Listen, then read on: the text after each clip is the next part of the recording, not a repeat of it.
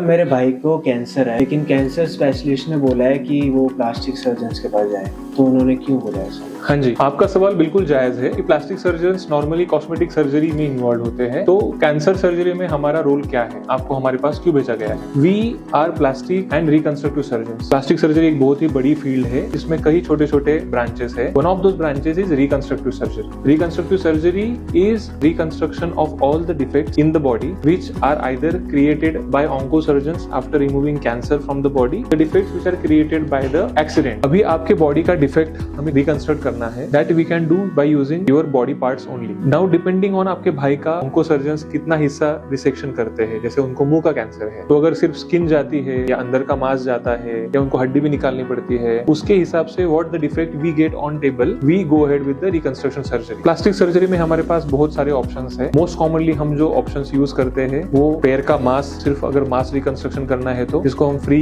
एंटरोलैटरल Thai flap बोलते हैं, वो भी कर सकते हैं। अगर उन्होंने जबड़े की हड्डी भी निकाली तो वो bony reconstruction we have to do with bone from your leg, जो एक छोटी हड्डी होती है फिबुला, उससे हम मैंडिबल बनाते हैं and we do mandibular reconstruction. छोटा मास का हिस्सा अगर निकला उसे बनाने के लिए हम हाथ की स्किन भी ले सकते हैं, जिसको हम रेडियल आर्टरी फ्री फ्लैप बोलते हैं। तो चिराग जी, जो मैंने अभी आपको मैंडिबुलर रिकंस्ट्रक्शन समझाया, that we do reconstruction planning in computer, we call it as a CAD CAM technology which we are commonly used in Medanta Hospital। अभी तक हमने more than 500 pre-fibula reconstruction using this CAD/CAM technology कर चुके हैं। It gives very refined, accurate cosmetic results। कुछ हफ्तों में या कुछ महीनों में जो पेशेंट पूरी तरीके से ठीक होकर हमारे पास वापस हमें मिलने आते हैं, उन कोई बिल्कुल नहीं पहचान पाता है कि इनका इतना बड़ा सर्जरी और इतना बड़ा रिकंस्ट्रक्शन उनका हो चुका है। So that is the advantage of using this modern day technology for reconstructive purposes। आप समझ गए होंगे कि एज अ प्लास्टिक सर्जन हमारा रिकंस्ट्रक्शन में क्या रोल है। नेक्स्ट टाइम आप आपके भाई को लेके आइए, हम ये सारी चीजें उनको समझाएंगे, तो आप निश्चिंत रहिए कि भाई के लिए जो भी best reconstructive option which is cosmetically looking beautiful वो आपको हम प्रोवाइड करेंगे। Thank you.